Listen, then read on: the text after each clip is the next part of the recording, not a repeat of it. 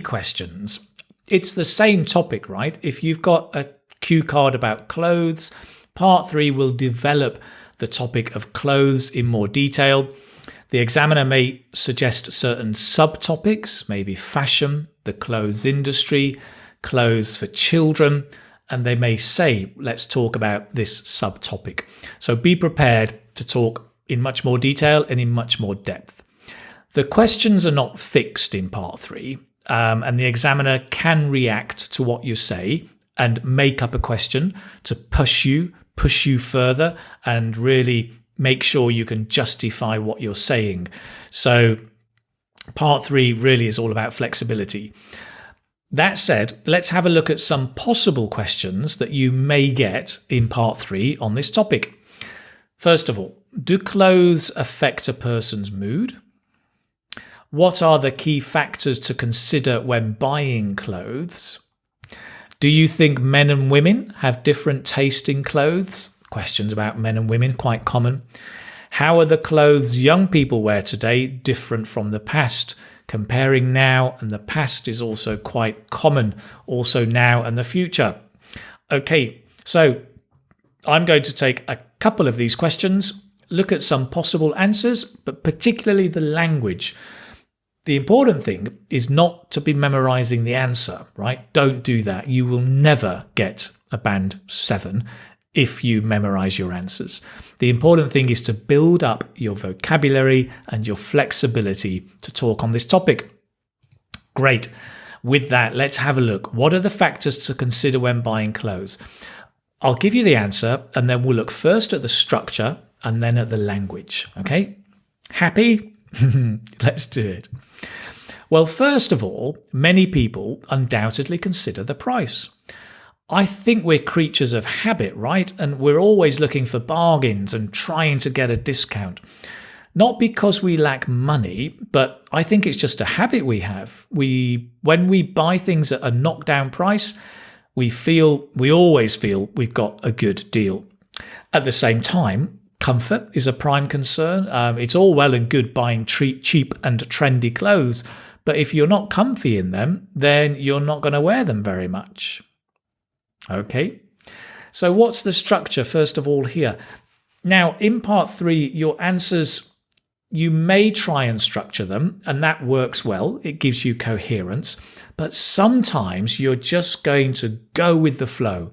You'll just say what comes into your head, and if it flows smoothly, that is also a very good method. Okay.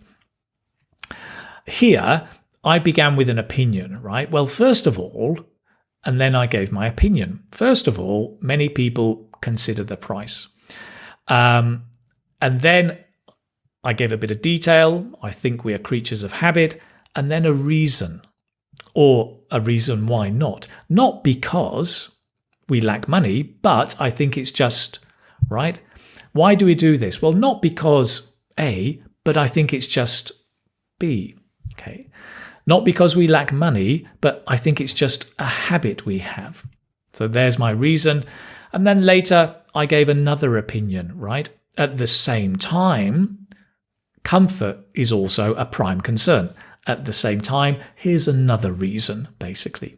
So really, I gave an opinion, a reason, and then another reason for that. That's fine. Lots of options. What about the language I used?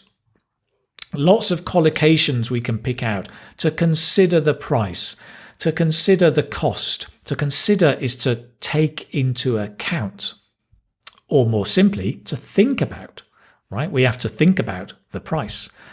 Creatures of habit, normally in the plural, but not always. We are creatures of habit. I am a creature of habit.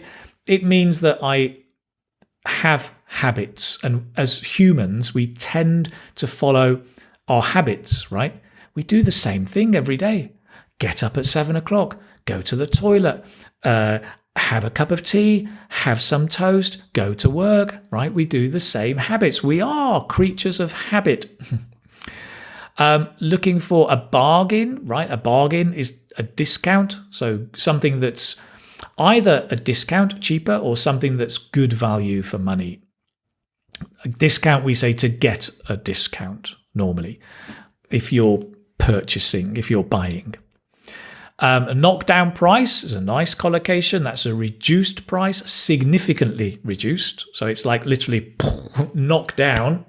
It's a much lower price. A knockdown price, to get a good deal, right? To get a good bargain, similar, to get a good deal. That's something that's good value for money. Expressions, it's all well and good. I love this expression. It's all well and good doing this, but we have this, right? Basically, it means it's fine to do this, but there's always a problem.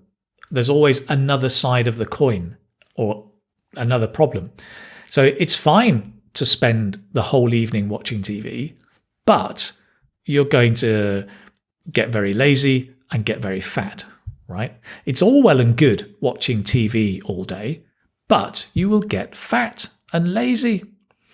So it's a very common expression, very nice to use, right? It's all well and good buying cheap clothes and fashionable clothes, but if they are not comfy, you're not going to wear them. Okay, nice. This is good, but it's all well and good watching my videos, but if you don't practice speaking, you won't make as much progress. Okay, lovely. That's the first question. Let's have a look at another question here. How are the clothes young people wear today different from the past? Okay, I'll talk through it, and then again, we'll look at the structure and the language. To tell the truth, I don't actually think there is much of a difference. Young people, whatever the generation, tend to be more fashion conscious. They just follow different fashions depending on the era. I mean, for example, when my father was young, right, denim jackets and flared jeans were all the rage, if you were a rocker. Nowadays, many teenagers in my country wear distressed jeans, with holes and frays. Okay. Here, the structure was very simple, really, right? There was an opinion and an example. For the opinion, I said, to tell the truth, I don't actually think there is much of a difference, or there is much difference. And remember, right, actually, you can disagree with the examiner, right? If they say, how are things different? If you think they're not different, say so. Actually, to tell the truth, I don't think there is much difference. That's fine. Then later, my example, for example, you can't get much clearer than that, can you? For example, and then I give an example and extend it, talking about when my father was young and nowadays.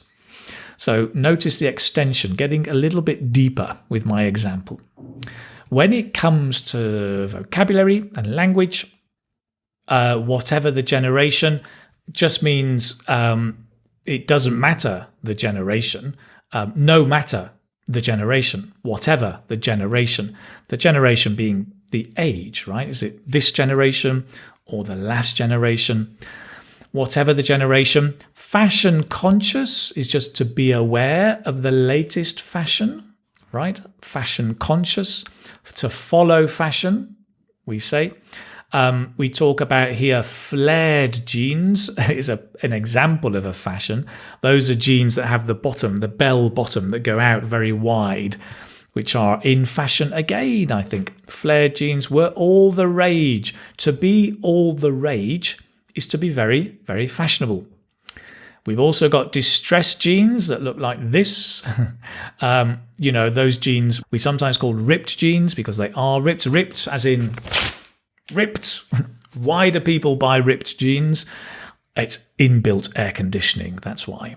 With holes and frays, which is where the end has come, all the threads have come out. Holes and frays. Great. So some nice language there. Lovely.